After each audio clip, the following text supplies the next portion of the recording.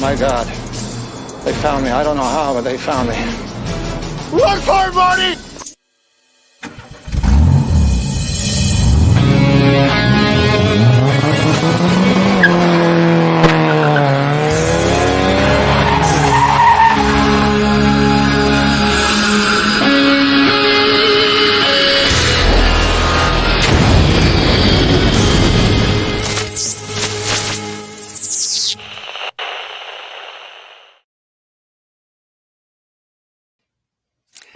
Good morning, FPV. I hope everybody is doing well this morning. We got an impromptu. This is the first ever Good Morning FPV for me. I've got a special guest, been known him for a long time. It's been a big help to me in this hobby, and I hope you get to know him today. We're going to have with us, in my opinion, one of the icons of FPV. But before we bring him in, I want to show you a little montage that I made up of our guest today. Hello and welcome to the video. You might notice something different about my RadioMaster Pocket. It has an orange front. This thing here, this is one of the latest chargers from SkyRC. Yes, this little thing is a charger. Looks more like a LiPo checker, but it is actually a charger. It also looks a little bit like it's a toy from a McDonald's Happy Meal, so you don't have to look like you're playing with something that was built by Fisher-Price. This is the Recon FPV Recon 35. Throttle response is a lot better, hovering at about 35 to 40% without an action camera, so I fully expect that this is just going to put a big silly grin on my face. This is capable of flying at 15 miles an hour without stalling. The throw was very much up into the air. It stalled out and went nose into the ground, and unfortunately ended up in quite a lot of pieces. You raise the throttle and away it goes. Now, to transition, you need to get enough height. I would recommend 100 feet, and hopefully for those of you that got involved with this stuff, it has been a lot of fun. I need to say a massive thank you to those of you that did get involved with the spirit of the giveaways, but now it's time to pick those names out of the hat. 3 of them between Christmas and New Year. However, those who are keen-eyed, who watch all my videos, will actually have spotted an extra one that was hidden away at the end of this video here. Hello and welcome to the video. This is a very quick video to pull the winner's name out of the virtual hat for a giveaway that was hidden at the end of this video. Thank you to all of you that got with the spirit of the giveaway. So we're going to cut and paste the YouTube video details into the random comment picker. We'll filter duplicate users, 175. So the winner of both of these mini FPV combat boards is FhatPastor. So FhatPastor, do me a favor and pop me your address details to Lee at Painless360.com.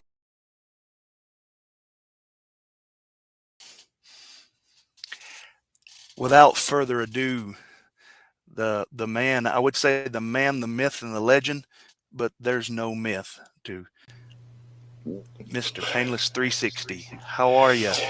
I am very well, Marty. That was a heck of an introduction. I feel like I've got something to live up to now. How are you? Are you okay?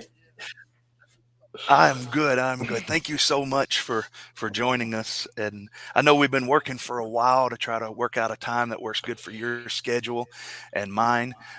Let me read before I get too much further. Let me read a few names of people who's here with us this morning. We've got Stokie Multirotor said good morning FPV. We've got Pastor Larry. Good morning streams. Work good for morning. I think that would be streams. Yeah.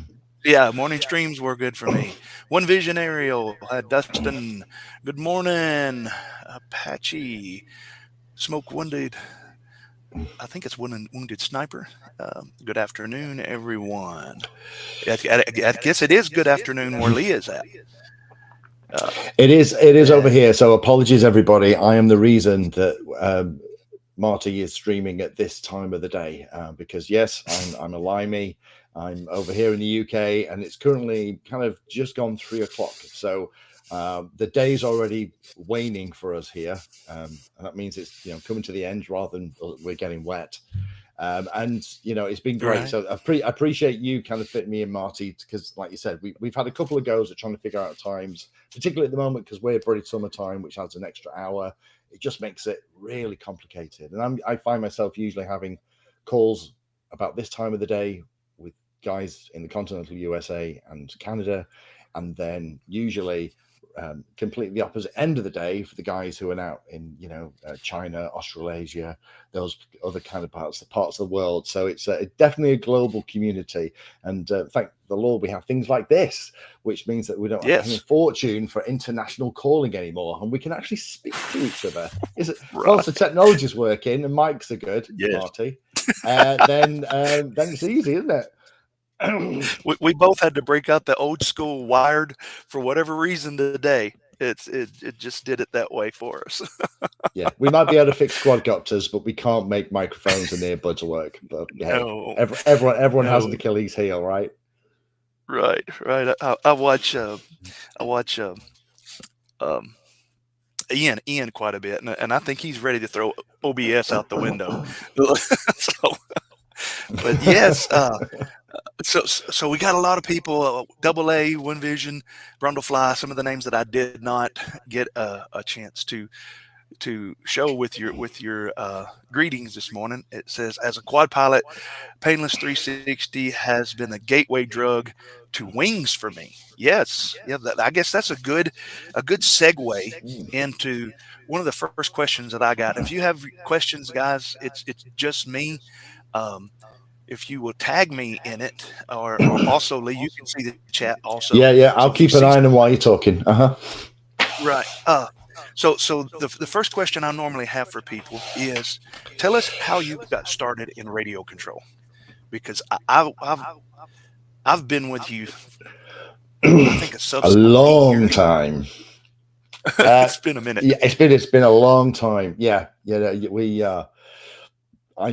I was going to say I had black hair back then, but I didn't, because actually, I didn't appear in my videos till, was it like 2016? It was August the 6th, maybe 26. Maybe later than that.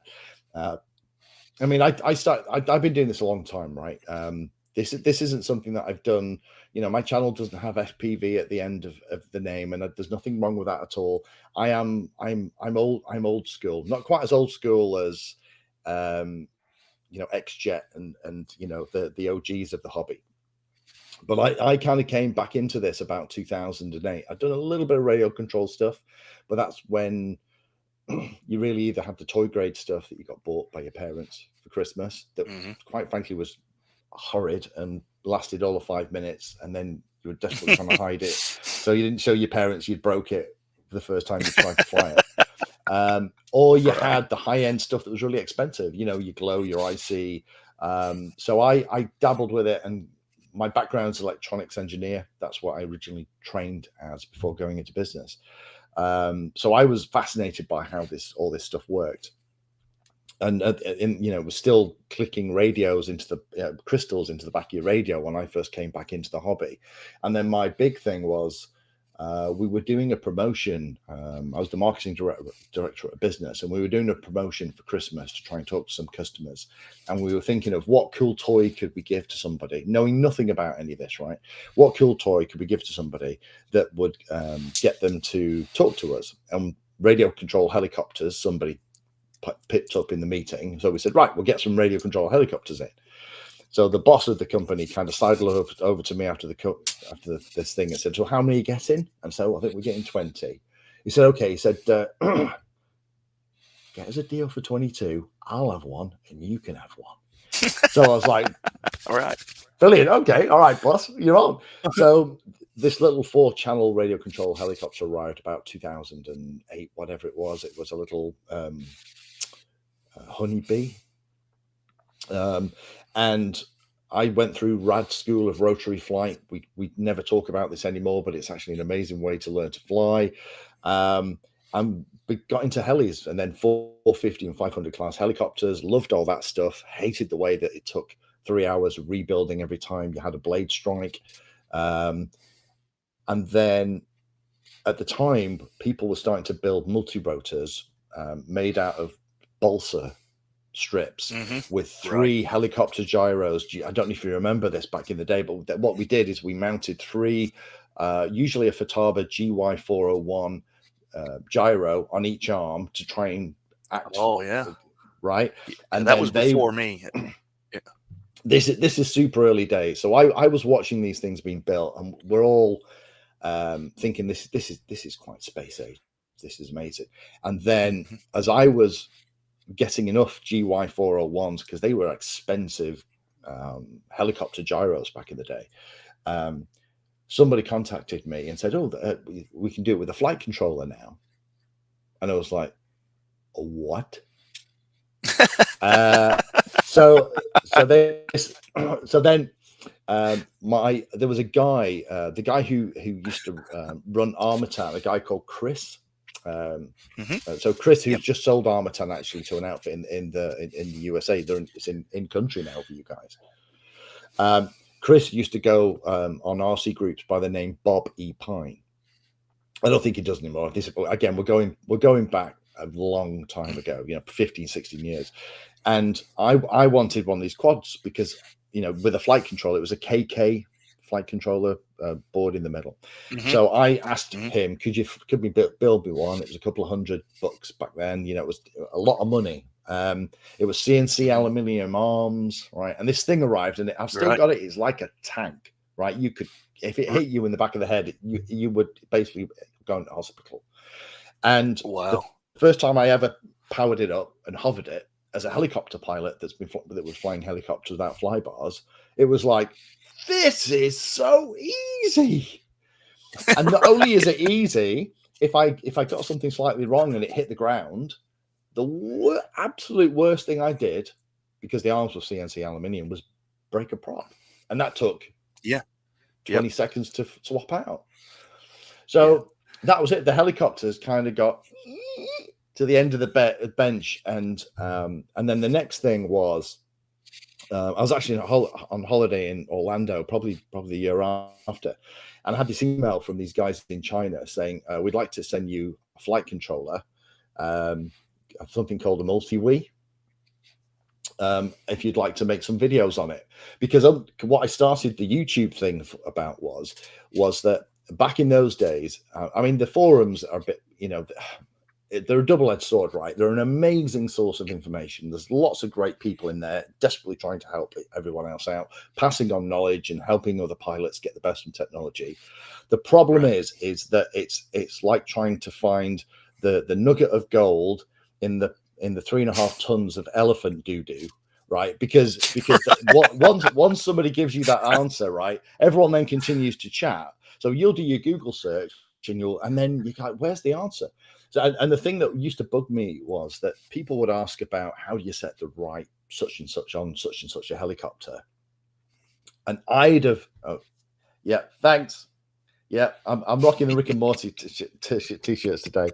For those who are, if you're ever a Patreon, you'll know there's all kinds of stuff goes on. That I always try and play it straight on the channel, but we'll come on to that. But so I would I would do the whole thing where somebody would say, say for gear mesh, right? How do you set the gear mesh on a radio control helicopter? So I would then sit and I'd carefully write an answer with paragraphs, punctuation, capital letters, break the whole enchilada, right? And I would then reread it, and I'd probably get my wife to come in, who's a primary school teacher, and say, just read this, just tell me if it makes sense. And she'd read it, and I'd go, right, awesome. So after 45 minutes, I'd go, post. And then I'd get myself a cup of tea, and I'd go, and then I'd refresh the page, right? And the next reply would be along the lines of, that's complete bull boop. You don't do it that way. Yes. Right? So many trolls on the forums. Great. Even, and it's a hell of a lot worse now. So I decided, okay, hang on a minute, there's a better way to do this. And there was this new thing around called YouTube. So I thought, if I do a video and actually show it in a video, you cannot argue that does no longer work. right? Because I've just physically showed it. So then what it meant is that when somebody else asked that question, because I used to spend a load of time helping people in the forums, and there was, I'd almost have boilerplate of answers that I'd have, for, how do you bind the receiver and how do you set your failsafe or whatever it was. Yes. And I'm just going to make videos for this stuff, and I'll just do the links. So anyway, fast forward to these guys in China. We'll send you a multi-Wii.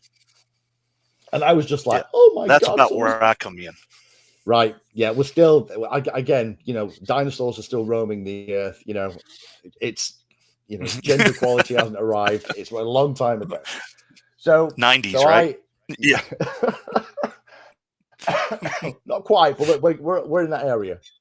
Right. So the multi-Wii arrives, and it's this Arduino-based 8-bit flight controller that has a gyro accelerometer on it, right? And the way that you set the code on there is you edit the Arduino sketch for the board type you have and the settings that you want. Then you compile and flash it, and it was like hacking the Matrix, right? But it meant that you had amazing flexibility, and the flight performance was amazing. And you could do things like you could add a compass and GPS and get return for home. You could also do things like it would hover in space, which just blew my mind. So I probably did my first 6 or 7 video. My first ever series was actually on how you set up the multi-Wii, because it took me probably 4 days of research to figure it out. Because although everyone was saying this is the way you do it, because it was evolving so quickly, something that was in the forum that was 5 weeks ago, you went to do it and it kind of like boop, won't compile, and you're like, oh, I can't believe this. And there were clone boards. So that's kind of how we got into it. So anyway, then wasn't the multi-Wii the actual little gyros out of the Wii controllers? So it is. That's where the name comes from. You're right. So originally the very first versions of this flight control system were an Arduino, and what you do is you get your multi-Wii controller and you completely destroy it to take the gyro accelerometer out of it, because back then these things were only available in things like a Wii controller, and you'd solder that onto this Arduino, and then people started making custom boards and called them multi-Wii, but the Wii thing stayed in the name. And then that then became eventually 32-bit version of the code called Baseflight, which was done by Timecop, and the Nazi 32 and those kind of systems came out, 32-bit boards. And then we got Clean Flight, and now here we are with Betaflight and iNav, and it's all connected. It's like a thread of DNA that goes right the way back to those first crazy guys kind of destroying a Wii controller, right, so that they could build a multi-rotor. And now we get really annoyed if it doesn't have quite enough UART for our HD FPV system, or we get a little bit of flicker in our OSD, at range when we're flying HD. So for me, I kind of just go, let's just this as a hobby, we are still incredibly young, right? And we have come such a long way in a very small amount of time. A lot of it is technological, and we're still really bad at documentation. We're still really bad at backup and support. We're still really bad at all that stuff, right? Because I think a lot of ways when some product is released, by the time the manual has been finished writing, been written, the engineers have already come up with version 1.1 of shipping that, right? So it's now changed completely differently. But that's why there's over 2,000 videos on my channel, is because there is never anything. I always have a list of questions. I've got a little folder on my desktop that every time somebody asks me a really good question, I go, I haven't got a video for that. And it goes in this thing. And it always runs at 20 to 30 questions. So a lot of other channels, and I'm not dissing anybody, but I think a lot of other channels, when they are looking for easy content, they will do the live stream thing. Not like this where it's an interview. It's just like a talking headpiece. And, I'm sure you've seen that I only ever do that to Patreons. And that's more of it's kind of like showing you under, look at what's coming, all the secret stuff.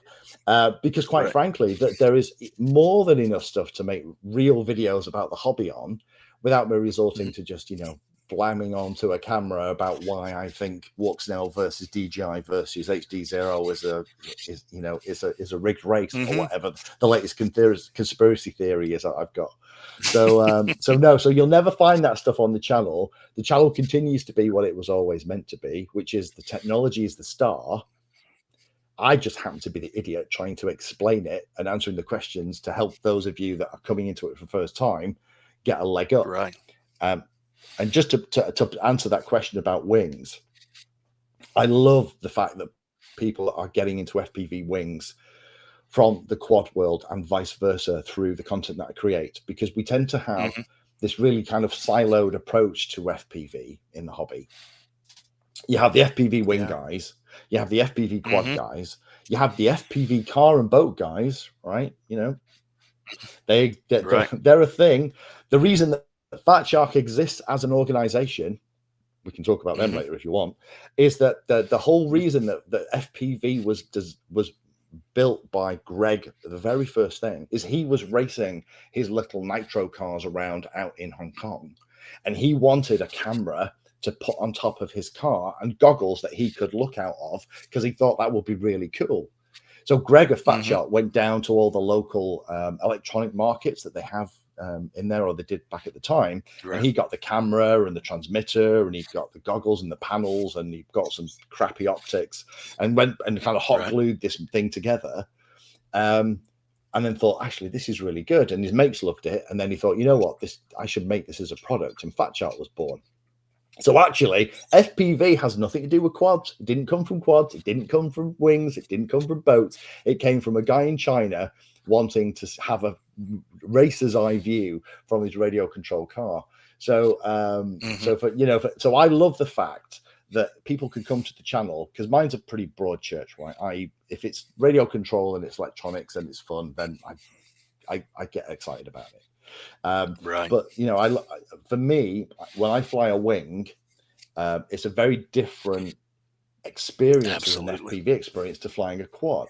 If you're lucky enough to ever get those dreams when you're asleep and you are flying, right, and you are just literally floating and looking around, and you are banking through the clouds or over the treetops and things, the closest you will ever get, in my humble opinion, to that feeling in real life is stick an FPV camera on a wing or a plane and take it out on a sunny, calm day, because it is an ethereal experience.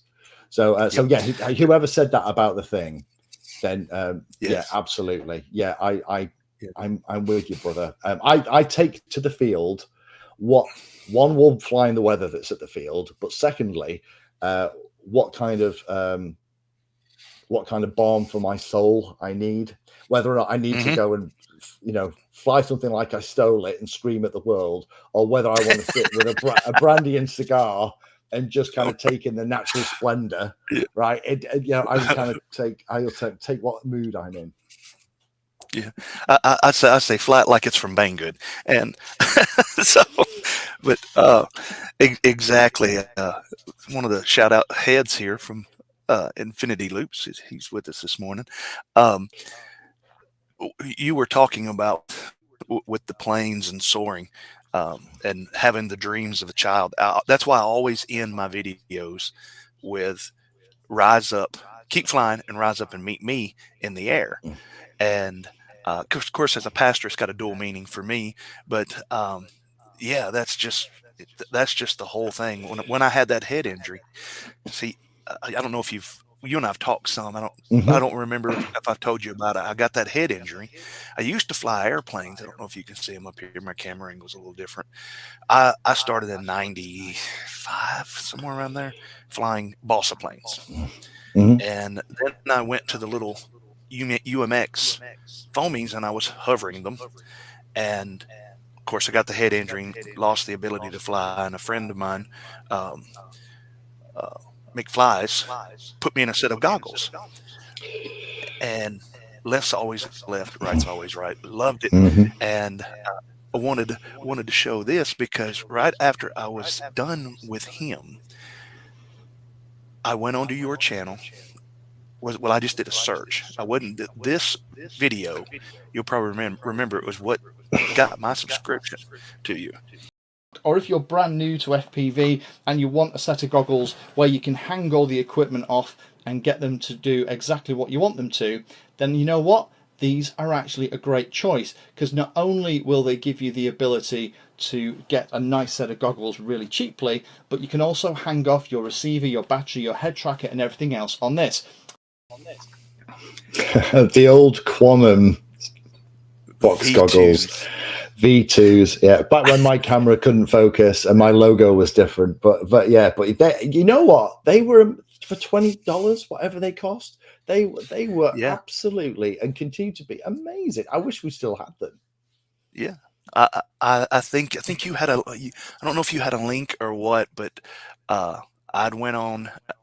You had several videos about them, and I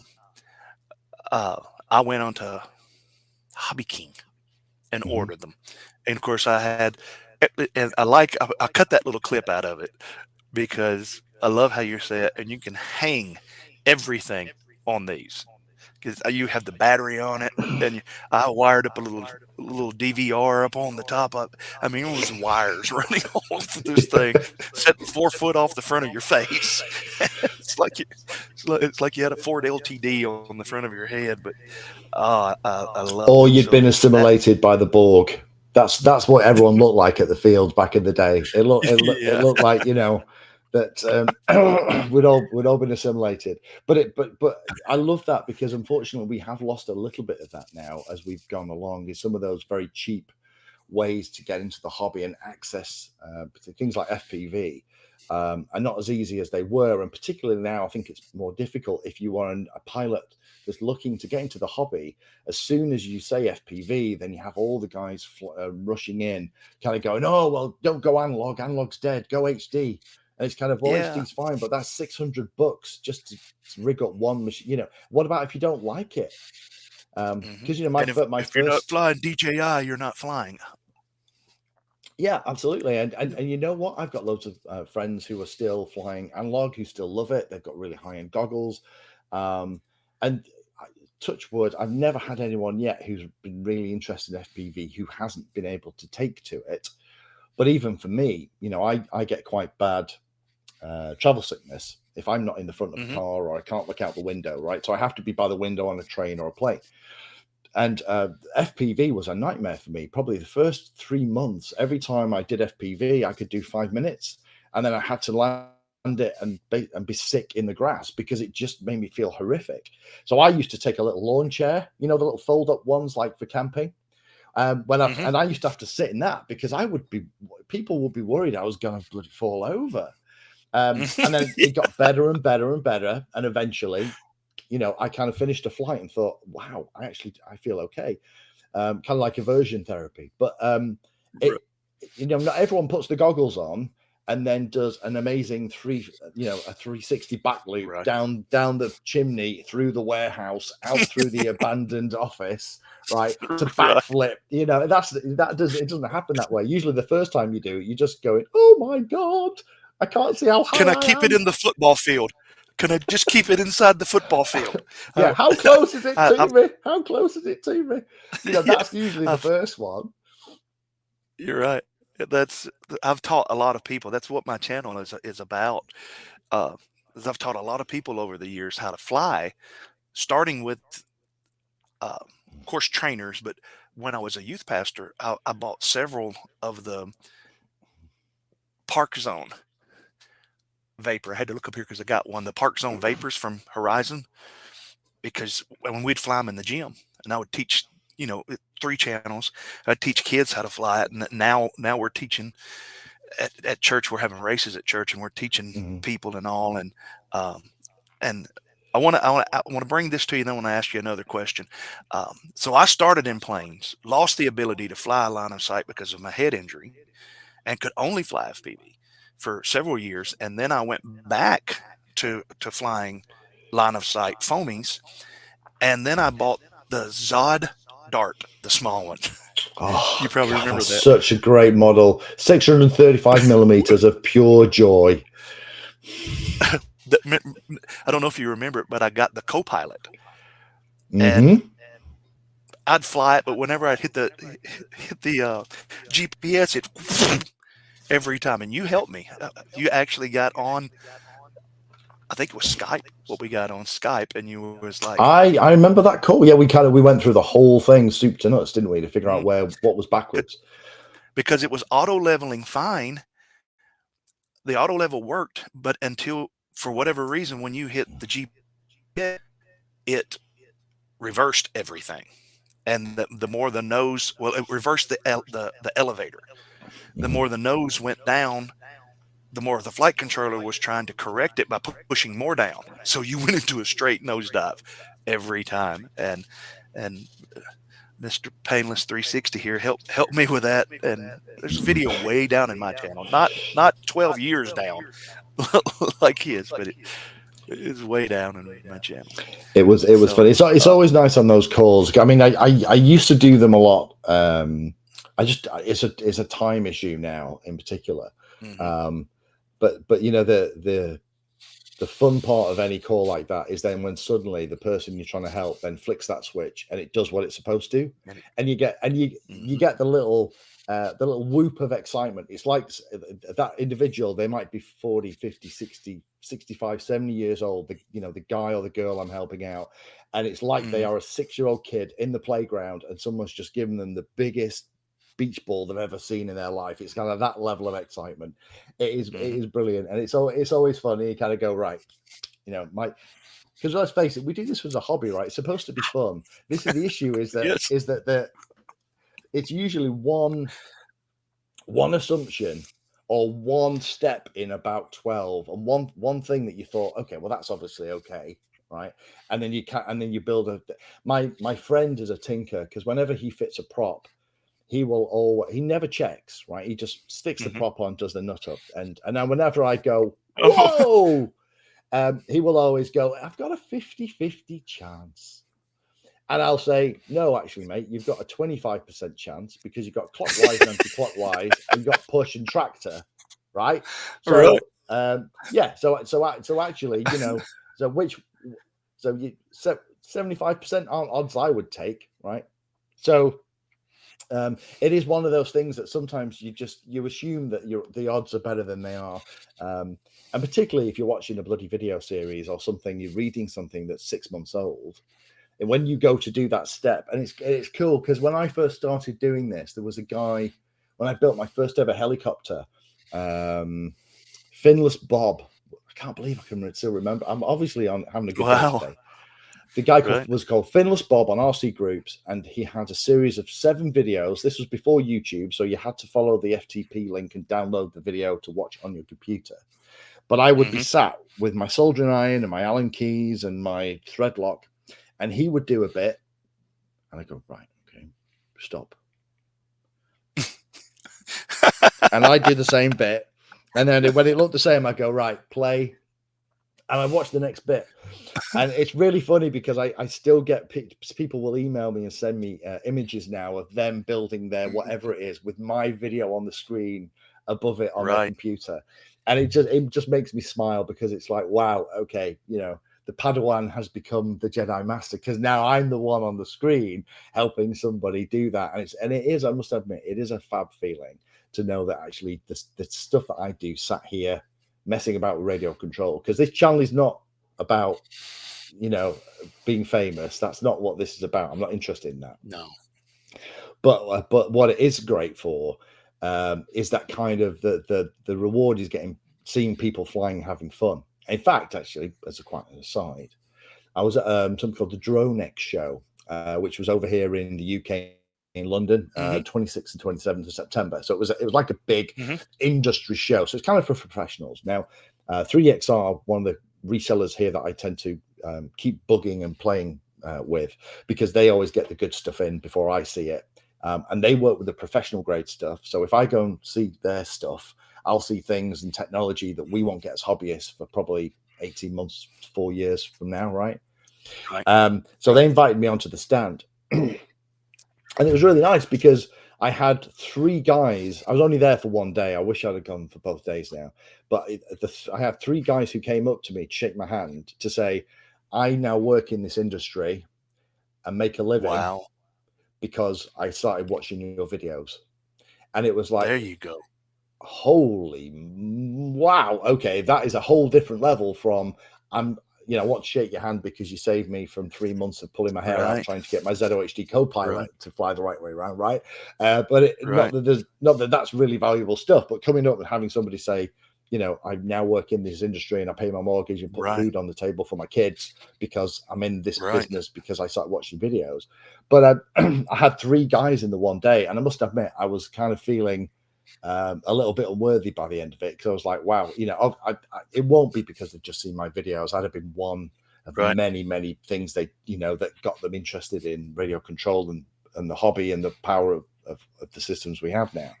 But it was really thoughtful of them just come and say hi. But if I did have any little bit of influence in that, that's a big deal, right? I mean, to be able to. That's why I do it. I always tell people, share what you love.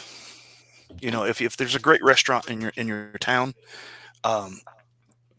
you'll tell people about it. You want them to if you care for them, you want them to experience what joy or good experience you had.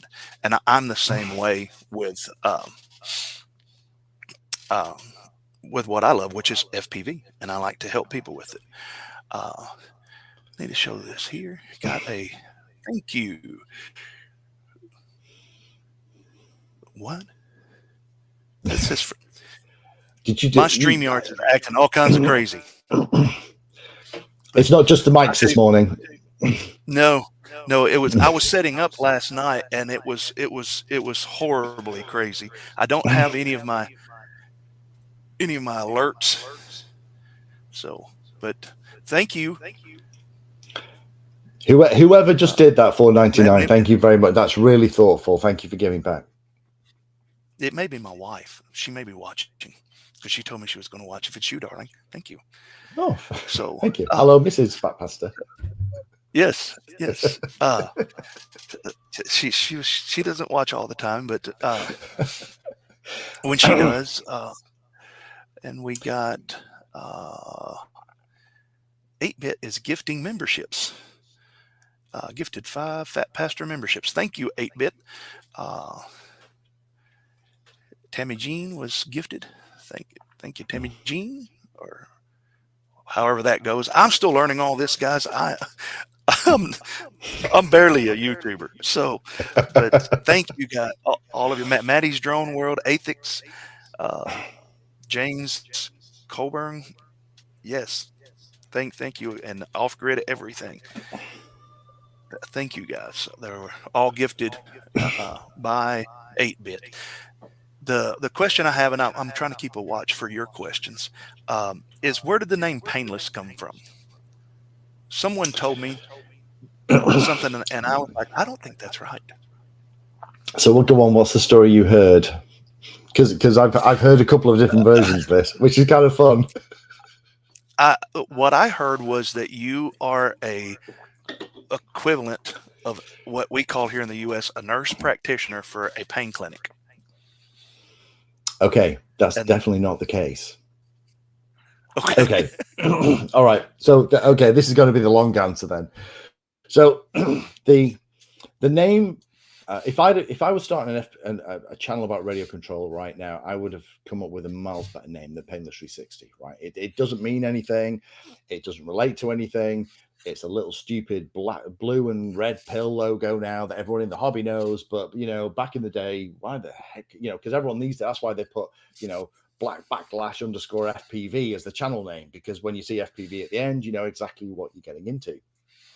So the short version, right? Because we've already been going 40 minutes and we've only just getting warmed up, because this is what I'm like. Is when so I'm a gamer, and in fact, by the side of me at the moment, my new PS5 is currently sucking the data from my PS4 that's sat beside me. So I used to have a lot of very high pressure jobs when I used to work for a living.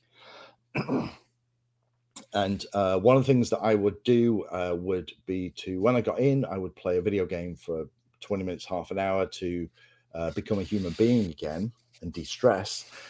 Because I mean, in the old days, you know, you would have a crappy day in the office, you get in your car, you'd play your music really loud, you'd sing and scream all the way home. And by the time you kind of pulled onto your drive and you got out of your car, you know, you're kind of, hello, darling, I'm home.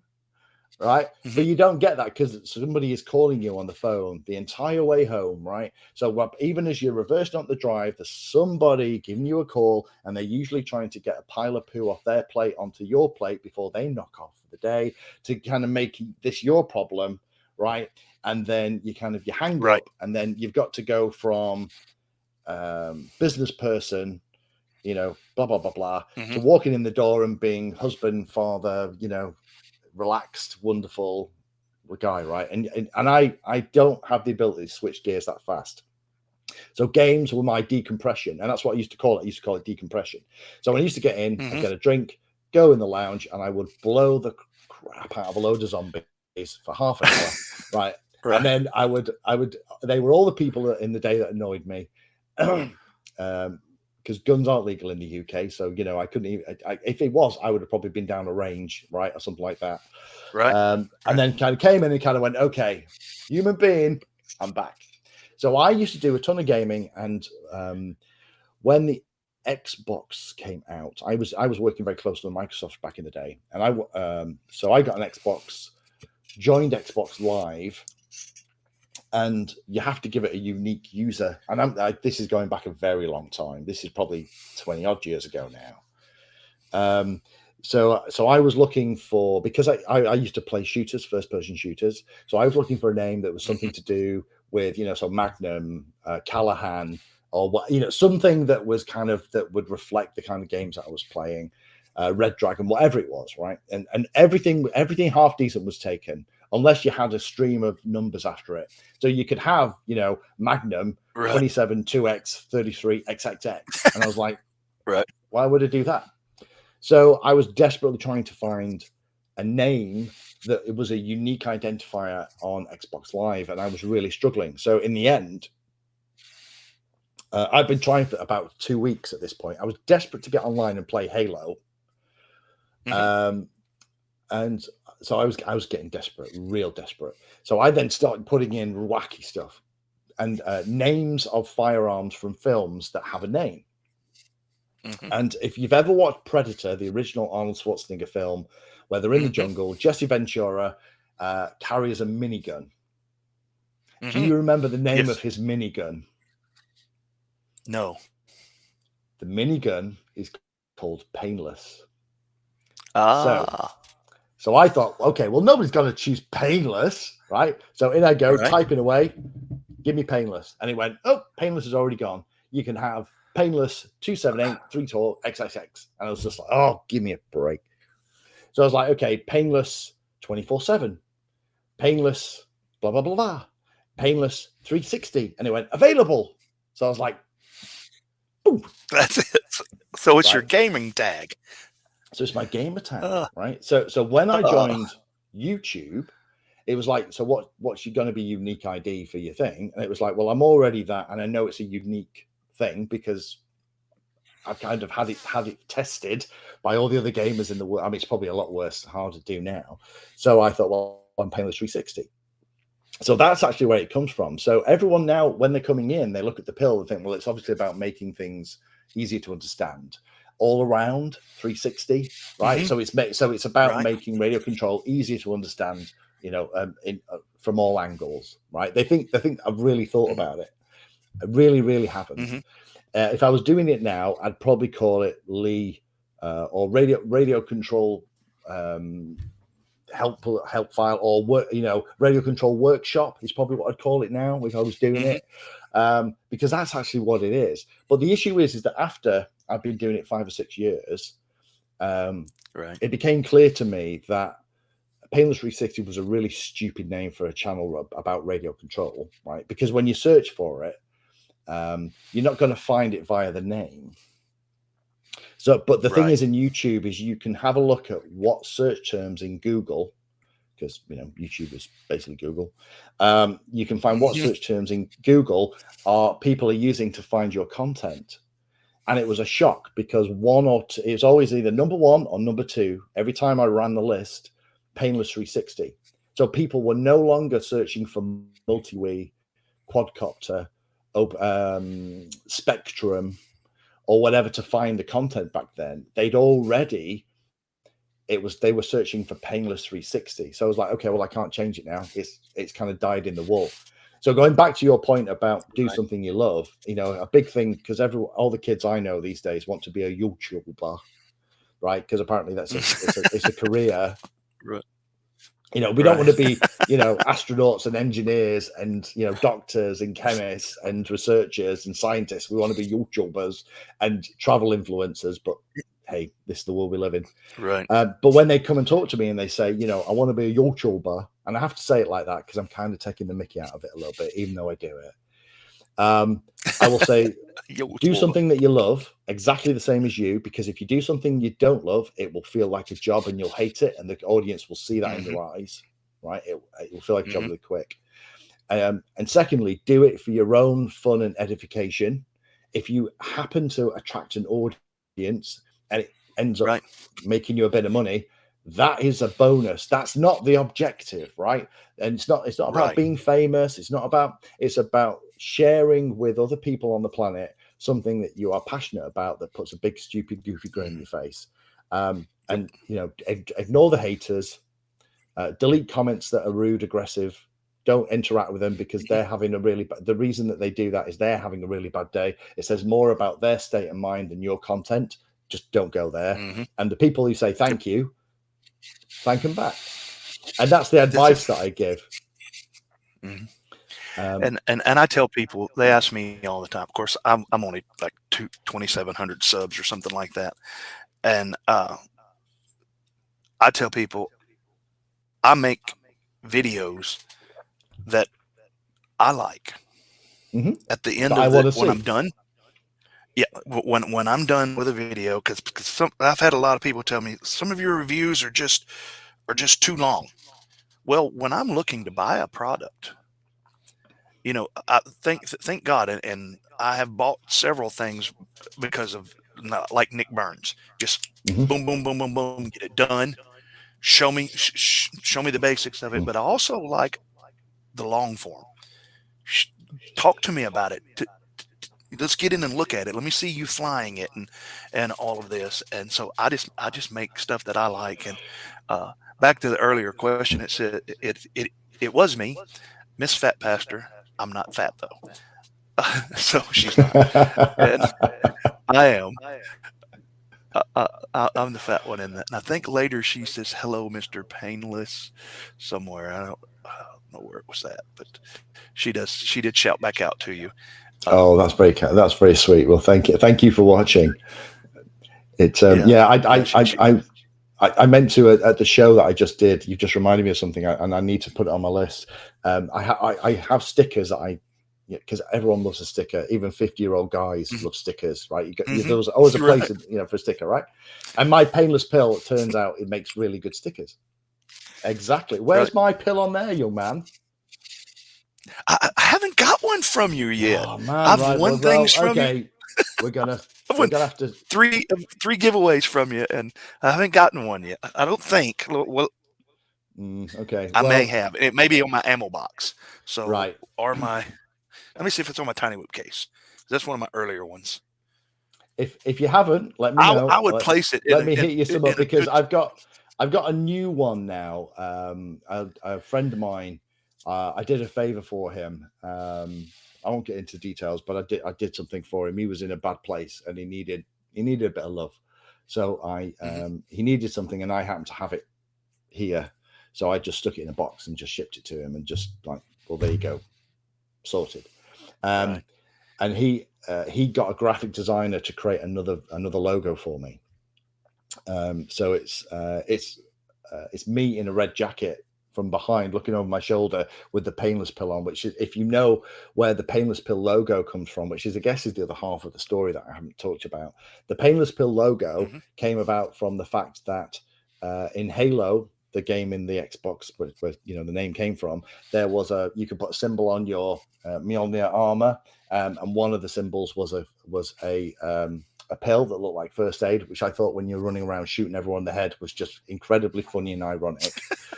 And then the other thing is, if you've ever seen a manga called Akira, one of the early big breakthrough mangas, and Akira is something that I watched when I was a young teenager, kind of sat up in my bedroom on the little TV, kind of, you know, perched on the end of the bed, and just with my eyes on stalks for the entire thing. It blew my mind. Still love it now, but Canada, one of the guys in the gang who has the best bike, has a red lace racing leather outfit, and on the back he has, right in the middle, a big pill, which is that it's actually blue and yellow in his version. So the little graphic he had done for me is basically my head on Canada with my pill rather than the normal pill that he has, and it's quite cool. But I will get you. I'll send you. Let me get you some stickers, because there's definitely a space behind your head there, brother, that's crying out for some pillage. That's right. And I will send you some magnets. So, and some of my FatPastor stickers. So we'll switch them out there. We'll do an exchange. Yeah. So that's where the pill came from. Again, nothing to do with radio control, but now it's a thing. There was a couple 50-year-olds trading stickers. Yeah. Yeah. Oh, that's where I was going. Sorry. Yeah. It's like, it's almost as bad listening to Billy Connolly, because I kind of go off on tangents. So at this show, I was handing out the stickers. So these guys were coming up. Anyone that came to see me to say hi, I would kind of pull the sticker out, and the joy on these people's faces is fantastic. It's really good. It's like, you know, cost about 2p for this sticker, and they're like, and what I realized was I need stickers or a apology card to go with it for their other halves. So, you know, so you can write the name at the top. So, you know, dear Mrs. FatPastor, apologies for all of the money your husband spends on radio control. Love, Painless 360, and but leave it blank at the top, and give them out with the thing with the logo on, so they could go home and give that, because they're not the number of couples that I meet at shows is that because invariably there are absolutely women in the hobby, and I love, and you know, this is an all access all areas kind of hobby, but invariably when you go up the flight line, you know, everyone's you know, it's very rare to see a lady pilot, but it's really funny, because the guy's there standing to be talking, asking the questions, and then stood behind him there's this woman who, if looks could kill, I'd have keeled over in the first 2 minutes of the conversation, who's just looking at me going, you're that bloody guy that every time I go upstairs to do some embroidery, I come downstairs and you're on the bloody television, and he's on eBay looking to buy some other bloody radio control crap. Because you're telling him it flies great. I'm like, yeah. So I actually do need to have those stickers made up for the next show. So I give them out in pairs. So, you know, an apology sticker. You know, my wife, you know, my Painless, I like a Painless 360, maybe do it kind of thing. But yeah, you just reminded me about that. So no, we'll definitely do the stickers. Now there was a couple of questions here. Let me just scroll back. How often do you get to rip packs? I'll put this one on here by AA. Lee, how often do you get to rip packs with the LDO team? So unfortunately, sadly, AA, not very often at all. Both Jack. So this is the Let's Drone Out podcast. If you've never tuned in and listened to it, do it. It's quite an irreverent podcast. It's not something I would probably play in the car with young kids on the way to school. It's usually kind of a bit fruity. It's the kind of conversation that you would have down the pub with your friends. You know, when half of the flying day has been rained off, so you throw everything in the back of the cars, you just go, well, let's go to the pub and have a pint. That kind of rowdy, silly, jokey kind of banter is exactly what LDO is. I've known Jack for a long time. I love Jack to pieces. But there's Steve and some others on the show. They've had a number of people through there. So Curry Kitten, I'm good friends with. Andy RC, I used to know quite well. But they all live in the south. I, in the UK, live in the northwest of England, which, you know, doesn't sound like a long way away if you're an American, but it's still the best part of 250 miles away. So it's 3-4 hours in a car.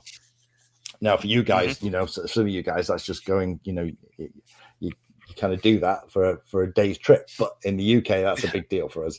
So unfortunately, no, I don't get to see them very often. We tend to see each other at the shows because there's 2 or 3 shows around the UK, Wings and Wheels and Western Park and some others, that are shows that we tend to all go to. And then we all tend to congregate. But again, it's really weird at the radio control shows here is you do have that silo thing that we talked about before. So you have the area where the wing guys fly. You have the area where the quad guys fly, usually with a big net on the outside because the quad guys are only doing racing. Because as far as the organizer is concerned, that's all we ever do with quads.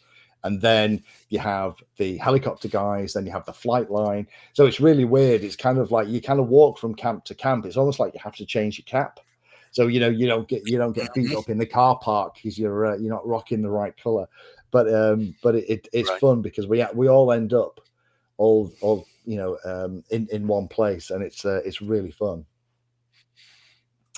So what was your first FPV quad or wing? One Vision aerial. This is a really good question. If you don't mind me just picking this one. Yeah. He also wants to know if you have a merch link.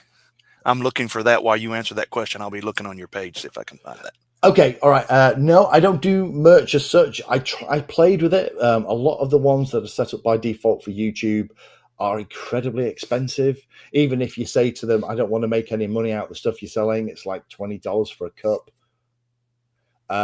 So I don't tend to do that. I do have lots and lots of merch stuff that I do. They tend to get given away to the Patreon community. There's a lot of stuff that happens in there.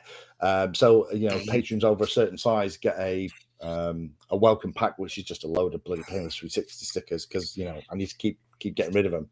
But I tend to stay away from it. So I have caps and other bits and pieces, but they don't tend to be things I sell because again, it's I've never found a partner that operated in the same way that I was comfortable with. It's just about shipping, and some of the stuff when you actually get it as a sample, you go, that's not a great t-shirt. If I one hot day in the Florida sun, that's going to basically dissolve off my back. So it's really tricky. So unfortunately, no, I don't. I do stuff here, and I do give it away occasionally. So I have t-shirts and caps and stickers and key rings and mugs and God knows what else. But you'll tend to find I will do them as giveaways on the channel. And if you watch the 12, so I tend to give a big giveaway at Christmas. So with partners, I'll get people to put things up, and that's kind of fun thing to do. We need to do something in between Christmas Day and New Year's Day, right? There's only so much a chocolate and family visiting you can do. So I will there'll probably be quite a lot of merch packs and things in there as well that I'll do this year, because I'm not sure how many third parties will be happy to put up a whole wing or a whole flight controller system or a whole radio like they used to in the past. Because when the hobby was really in the limelight, let's put it that way, and lots of people were coming into the hobby because they're going to make all this money out of drones. There was money being thrown left, right, and center, so incentives were very easy to get hold of. But these days, even getting someone to give you like a £150 radio to do a giveaway with, it's still really painful. So I still want to do giveaways, but you'll probably find the merch will be on there. Let me run this by you. Since we're going to be doing a sticker swap, if you have them. I've got lots of my FhatPastor stickers, and even I was going to wear the shirt. I don't know if you've seen it. I've got Calvin, the little Calvin boy peeing on remote ID. It's on one of my shirts. I will send you a bunch of, if this works with you, and please don't feel pressured because we didn't talk about this at all.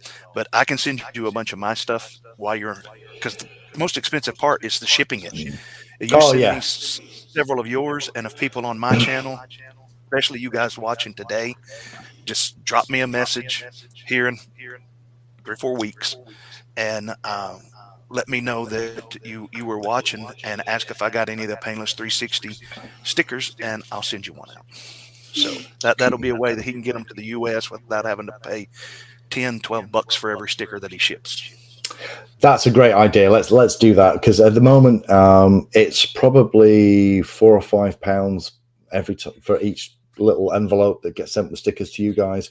It went up a lot about 4 or 5 years ago. It didn't. It used to be anything like that expensive, but now, you know, I regularly spend 50, 60 pounds just sending stickers out to people, which is crazy. Yep. I mean, if it's a parcel, you know, it's like you know, if you win something now, Marty, you know, I've got to kind of raid the penny jar before I go to the post office. It's quite impressive.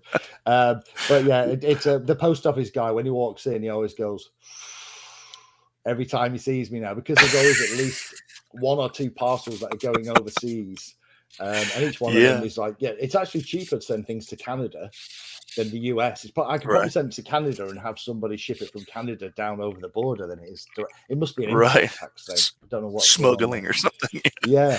I know. I won the diatone car from you, which was pretty big. The little FPV diatone. Oh, you did, the first one. And I was like, I come real close to messaging you and saying, man, don't spend. So what I do now, if you noticed, I don't comment as much on a lot of your giveaways unless it's something I really want. And I'm like, okay.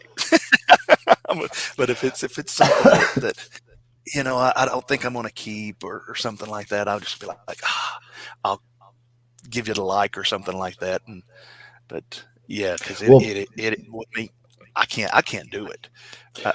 You know, bless you, Mike, for doing it that way. Because the number of people who win prizes, who contact me and then go, actually, I didn't want that one. Can I do a swap for X, Y, and Z? And you're kind of going, well, why the hell did you put your name in the hat? Because because the thing that bugs me about that, right, is there's somebody else in the comment section who really, really, really wanted that. That's right. Now and hasn't won before. It, and hasn't won before, right? And I always love it when I never win anything. And then they win, and you kind of go, you can never say that again. But I gave them. Sorry, buddy, I give them an Easter egg in that little video clip that some people could know if, and this is something that he quite regularly does, is, and at the end of his video, that was another thing that made me think maybe you might be involved in the medical field. You know that the blue and red, it almost looks like a hip X-ray. Right. At the very end of your channel, but so do you want to know what that actually that kind of weird ethereal kind of blue and kind of greeny kind of Tron weird thing, right? If you just look at 1/4 of it, right, what it is it's a helicopter full of EL wire lights lit up like crazy. And what I did is when I took the shot, I actually held the shutter open and pulled the camera back, and it created this really weird smoky ethereal effect. And then what I did is I mirrored it again, put some colors over it. So if you now look, you will see that it's actually looking at a 450 class helicopter nose away from you. I sat on a bed in one of the bedrooms here, actually. So actually that's what it is. It's you're probably now, you and your audience are probably apart from me and my wife, know what that actually is. So if you just look at one quadrant, you can see that it's the EL wire outlining the canopy on a line 450 helicopter with going down the tail and even on the vertical fin. And as I took the photo, I held the shutter open and pulled the camera back and got this really funky kind of stretched out effect. And that's what it is. I'm actually going to pull this up here so we can, maybe I can get it. So while you're doing that, let me answer the question from One Vision Aerial, which is a great one. What was your first FPV quad or wing that introduced you to FPV and got you started? So my very ever first FPV quad was that very first Armatan 358, which was this. It looks like a flying oil rig, right? Made of and back in the day, the way you got into FPV was you went to Hobby King and you dropped about $300. And you got one of the very first sets of goggles that came in. They were called the Predators. I've still got mine somewhere.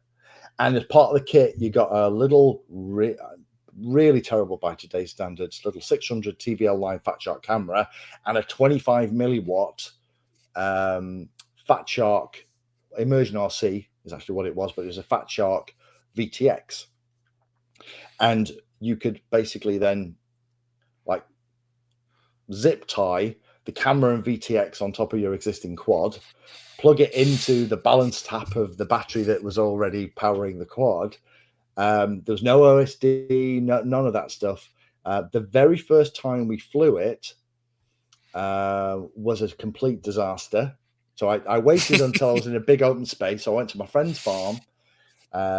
It was a really cold, wintry day, but it was very still. It was quite low cloud. But I thought, right, here we go. I'm going to do FPV because I looked through the goggles, right, holding it in my hand, and ooh, look, it looks great. And then I took off. I've been flying line of sight exclusively till this point. I know lots of people kind of skip the whole line of sight thing when they get into FPV, and there's lots of reasons for that. But for a line of sight pilot, to suddenly have all of that context taken away of where you are, how high you are, how high you're climbing, how close to the tree you are, all those things taken away, and you're just looking through this really grainy image as you go into the air. I thought I was going to have a cardiac arrest. My heart was pounding. It's probably the most excitement I've had in a very long time. And my friend's going, still going up, still going up, still going up, still going up. And I was like, oh my God. So I'm then trying to find the hover point on my throttle. And then what I didn't realize was that the gray at the top of the goggles that I thought was, as I was looking out over the field, was this low mist. Wasn't mist. Early goggles didn't have demisters in, and the lenses were cold because I'd had them in the boot of the car when I'd driven to my friend's house. So the moisture from my eyeballs was gently fogging up the lenses from the top. And by the time I realized, it was about 2/3 the way down, and I realized I couldn't see anything anymore, at which point I was 300 or 400 yards away. So I said to my friend, which way am I pointing? I can't even tell which way I'm pointing. And of course, this is a quadcopter, so you have zero. Unless you've been paying attention from the off, you got no chance figuring this out, right? And he was like, don't know, mate. So I was like, I have no idea where I am. So I had to literally just cut the throttle. So I was like, crap, I'm going to bloody lose this. So the first ever FPV flight I ever had ended with me and my friend trudging across the field, trying to find this bloody, because I'd only had the kit about a week, and I ordered it from Hobby King. It took about 3 weeks to arrive, and I was convinced I'd been ripped off, and I was never, because this was back in the early days of Hobby King, where it was really quite like the Wild West. So we eventually found it, and it was like this ball of mud with propellers on the top. So I didn't exactly cover myself in glory that first ever attempt, but what I learned was you have to keep your goggles inside your jacket on a cold day, because otherwise they fog up, even if it has a fan. So, hey, every crash is a learning experience. But I was determined that I absolutely was going to get the hang of this, because I just spent £300, and I wasn't going to walk away and just go, well, this is a bit crap. It's like, well, I'm just doing it because if I'd have spent £20-30 and it hadn't worked, I'd have probably ripped it off the quad and just gone, well, this is terrible. But because I spent 10 times that, I kind of persevered with it, and thank goodness I did, because eventually I was then flying around, and then when I flew line of sight, it was like, no, I'll get my goggles, because it actually wasn't as fun. And then when you had a couple of friends up in the air, and this is the reason why I personally like FPV planes, it is easier to play follow the leader and play hide and seek with planes and wings FPV than it is quads, because particularly if you're flying something that's made out of white EPP, right, on a sunny day, that thing glows, right? If you are above them, right, over the field, it literally is a strobe, and it's dead easy to see. It's piece of cake in HD, but even in standard analog FPV, it's easy to spot. And then you can sneak up, which is why I was so interested about that whole FPV combat thing that you ended up having a couple of kits with. Just because I thought, because we kind of do that anyway. You imagine as you're sneaking up behind them, that you're the World War II pilot with your goggles on, and you're kind of you're defending Britain from the you're doing all that stuff in your head. And I thought it'd be really cool to rather than just pop him infrared guns behind. I'm trying to get my FPV guys flying wings. Just this year, after all of this time flying wings, just this year, I got to chase one of my wings. But let me show this, and we'll get to this next question. So this here is basically 4 images, 4 of the same images. Yeah. Correct? So if you, I love this. I'm pointing to it with my mouse on my screen. It's not going to do anything, is it really? So you can see where it says the word channel, right? There is a shape behind it. And that shape is the front canopy of a 450 class helicopter. So you can actually see where the bit that starts above the first N and curves around like the letter C, that's the top of the canopy. The bit that's painted black, so it looks like there's somebody sat in there. And then the bit over where it says "the" is actually the tail that's lit up as well. The vertical stabilizer has an EL wire on it, so it's actually looking towards you in that thing. There's even the little red LED that was flashing at the time, which is just above the H. Yeah, just above it. And then all I did is I just flipped it and flipped it again. So it's actually, you're looking at a radio control helicopter. I thought it was some kind of, when somebody told me that, I said, you know, that almost looks like some kind of freaky medical scan of someone's pelvis. It does. It looks like a it looks like a pelvis and the 2 ball and the sockets from the top of the femurs. Absolutely, it does look like that. You're right. It's like a Rorschach test, right? You're going to see what you want. Yeah. Because I've told some people sort of said, well, why do you have like devil's heads in the middle of the outro? I genuinely, I've had people who thought I was trying to put some demonic thing on because, you know, there's you can see the horns, you can see the ears, you know, and you know, I can see, well, I would say that those things in the middle, which are actually the 2 tail vertical stabilizers overlapping, I think that looks like an angel, actually. I think you can see the body, right? You can see the angel. Maybe he or she is holding 2 vertical spears in each arm and holding it out in front of them, right? You know, so you see what you want to see, right? But no, now you know it's actually a 450 class helicopter. Right. It's kind of like the old test. They showed up the ink blob. What do you see? Donuts. Yeah. Show you begin. What else do you see? Donuts. It's like, okay, you need to lose weight, Pastor. Yeah, that's why they call you Fat Pastor. So, what was it? Oh. Double A had a very quick one. Speaking of cold, is it always cold there, Lee? Seems like you're always bundled up in vids. You will be able to tell the season that I recorded the video in from how many layers I'm wearing. We're currently at the end of summer. It's still 19-ish degrees here. Nice weather, a bit windy. So I'm single layer, right? If you're ever watching me and I'm kind of in a big fluffy top, because I'm too cheap to put the heating on in the house, right? It'll be recorded in November, December, January, maybe beginning of February. If I'm sat here and I've got a really tanned face and my hair's really short and my hands are really tanned, it's probably going to be June, July.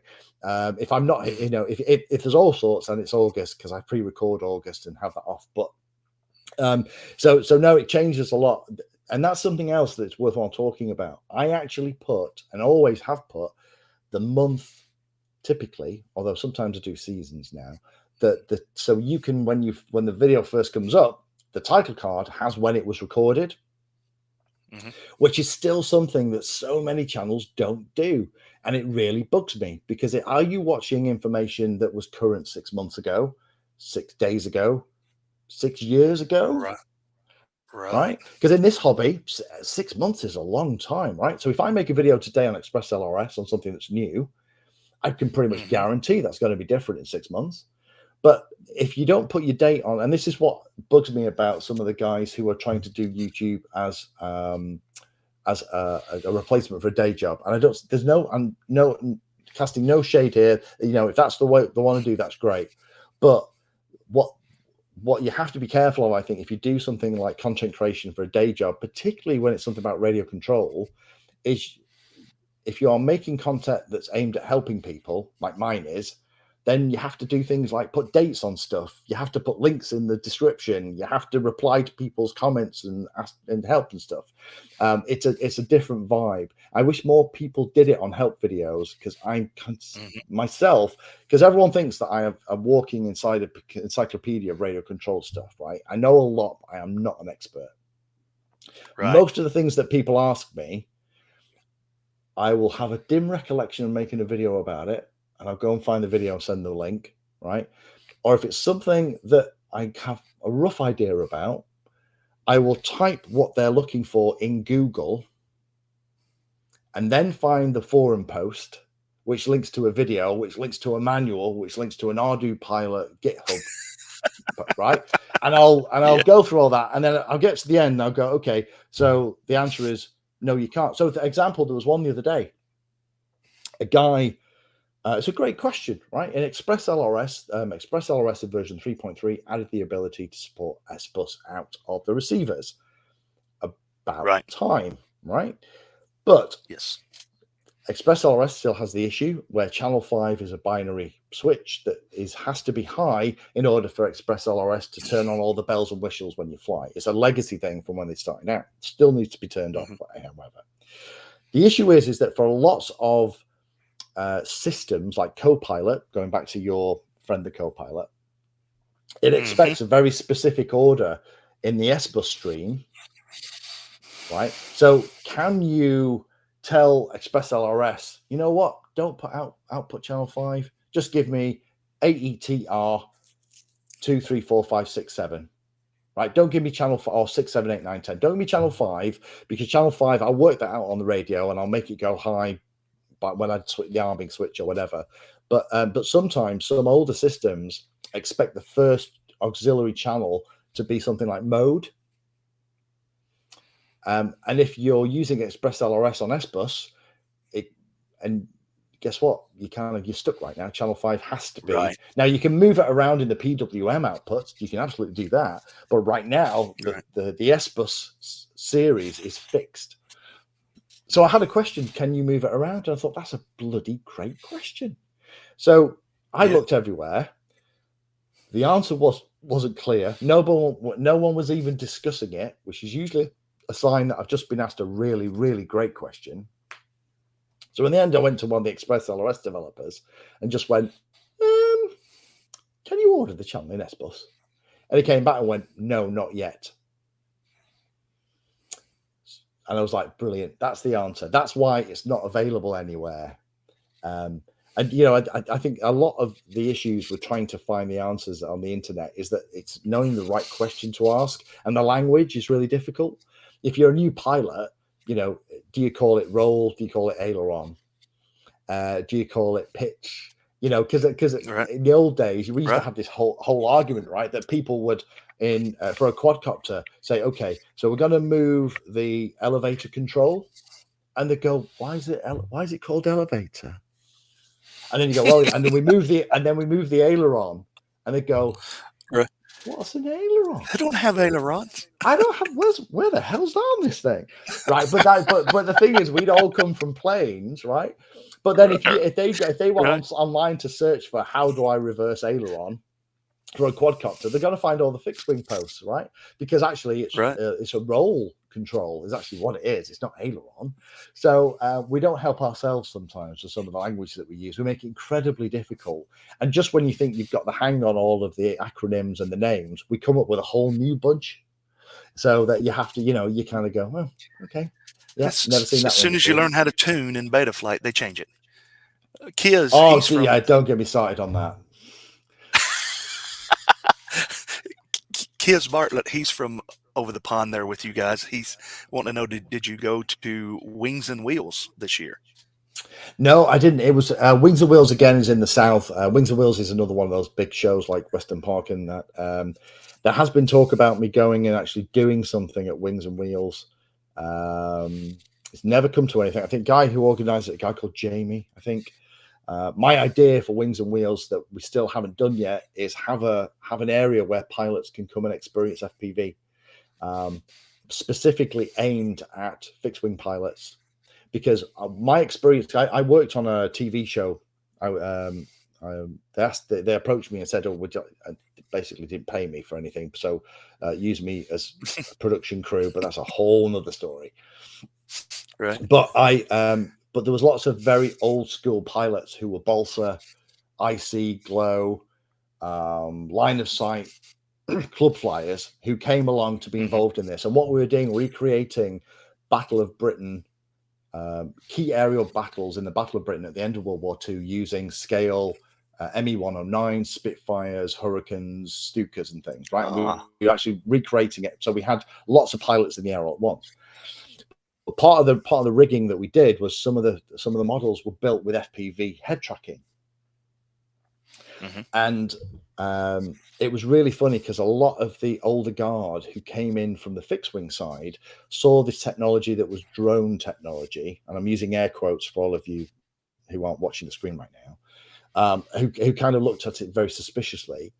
And yet when they were given an opportunity to try it, and they weren't watching the the Spitfire from 200 feet below craning their necks. They were actually in the cockpit looking out through the hoops because they cut all the plastic and just left the hoops for the canopy.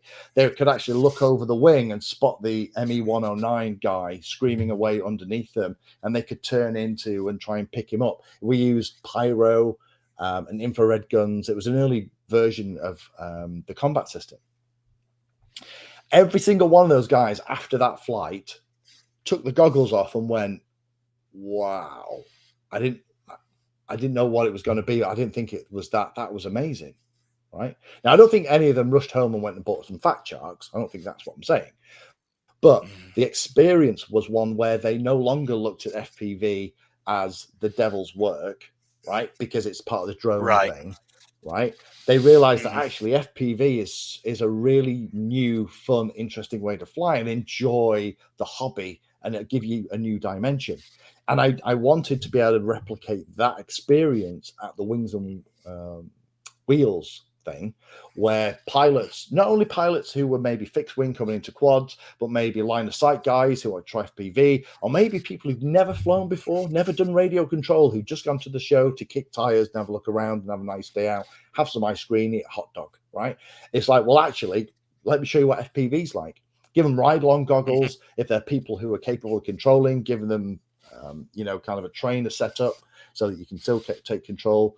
And that was what I still want to do that, because I think there are lots of people who go to these shows who are, and we talked about gateway drugs at the top of the show. Do you remember that? Yeah. I think that absolutely would be the equivalent of giving the heroin addict his first hit, right?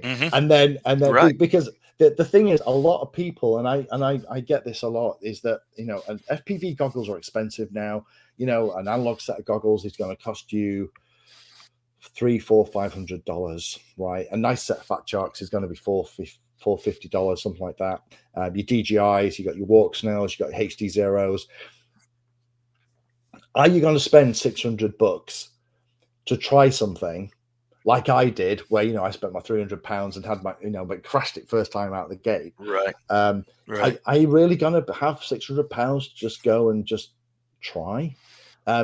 It isn't much better. The people that are around me that are really into FPV now are the guys that when I was at the field, I would have a ride along set of goggles, and they would just stand next to me with their goggles on, and I would fly around. They'd be like, "Oh, so what's my house look like?" They would want to know all that stuff. And then 2 weeks later, I get a phone call from them, go, "Just ordered some goggles, mate. Can you help me set them up?" And that was it. But the thing is, they knew it worked, and sometimes, most people have astigmatism. They have the astigmatism is where the back of your eyeball isn't completely spherical.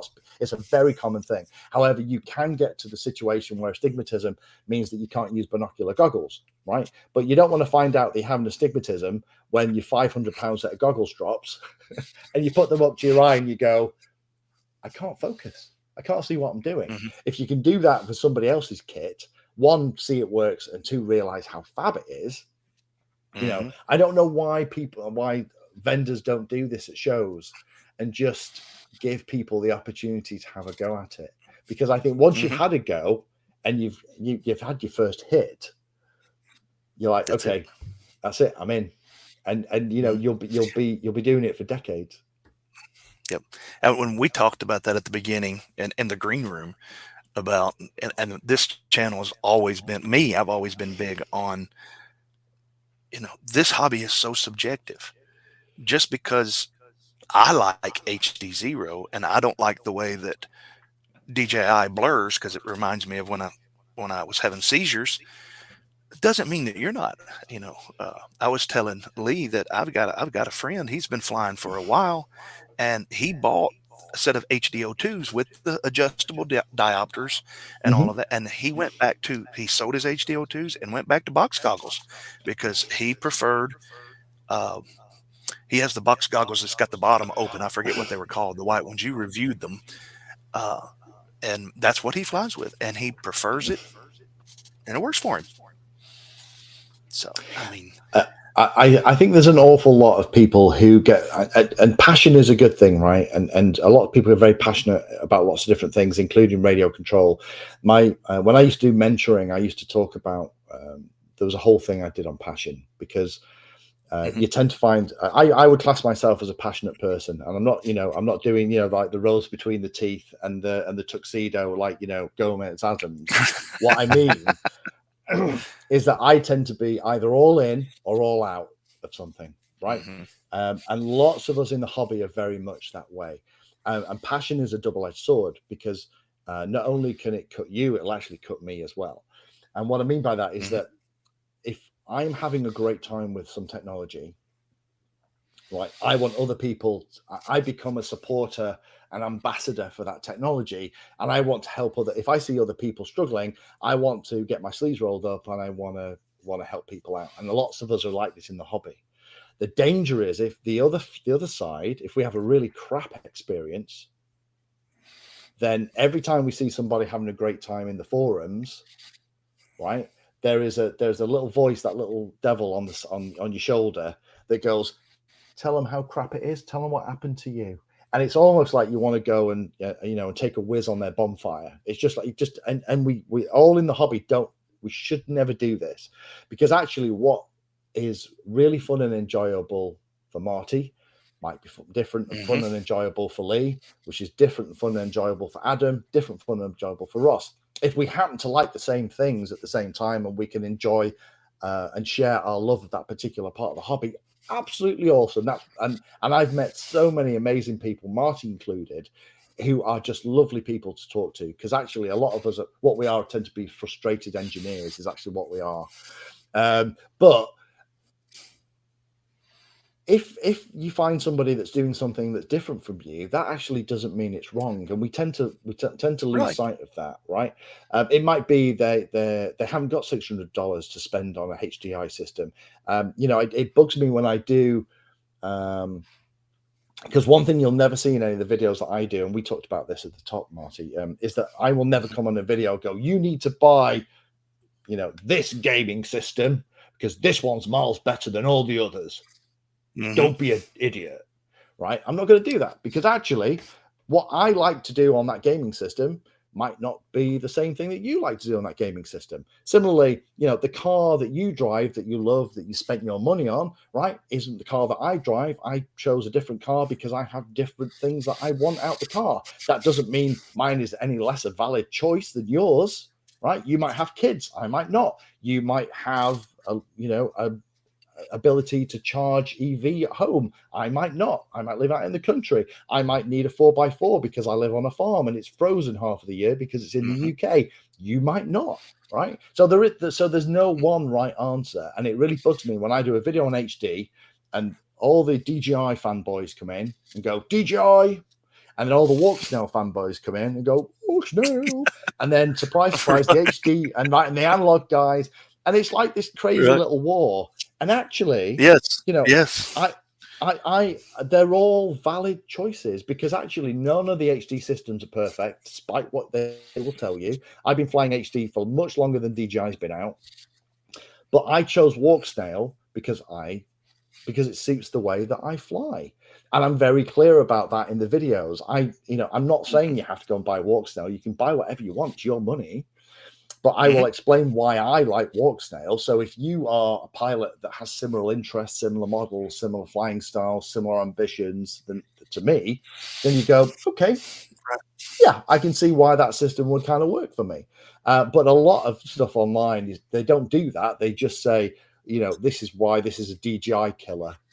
And it just is like, oh man, it's just for clickbait, for traffic. It doesn't actually help the conversation at all, because DJI will bring out a firmware update that will change that anyway, right? So, it's only valid for 2 weeks.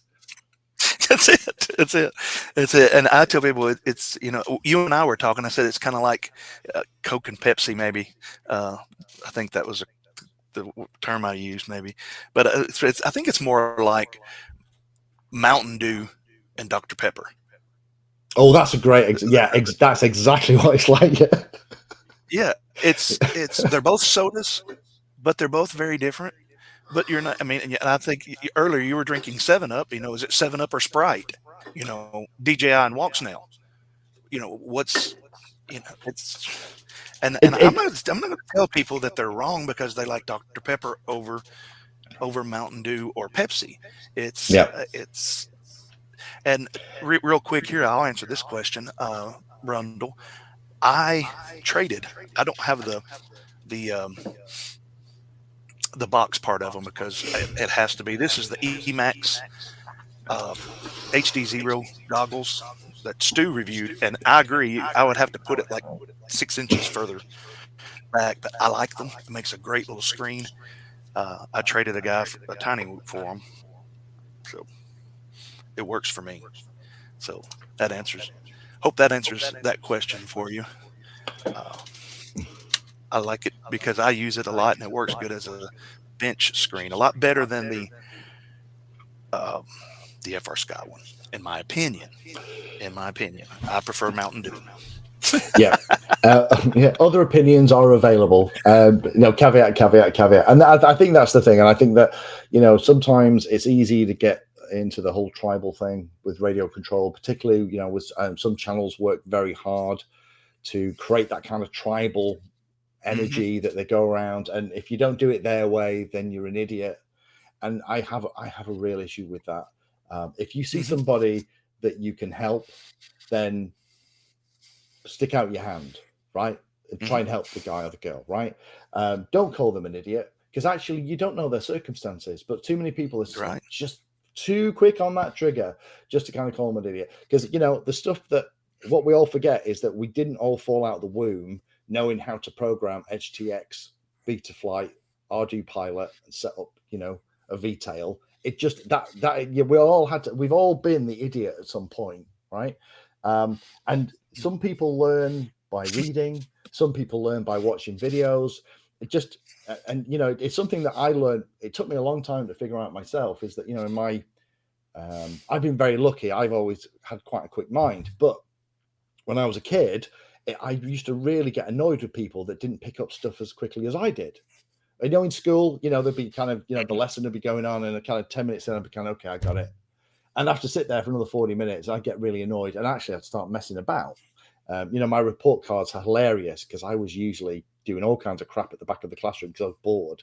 However, but actually, again, there's a lot. When you speak to radio control pilots, there's so many little things. We almost need to make a bingo card, right?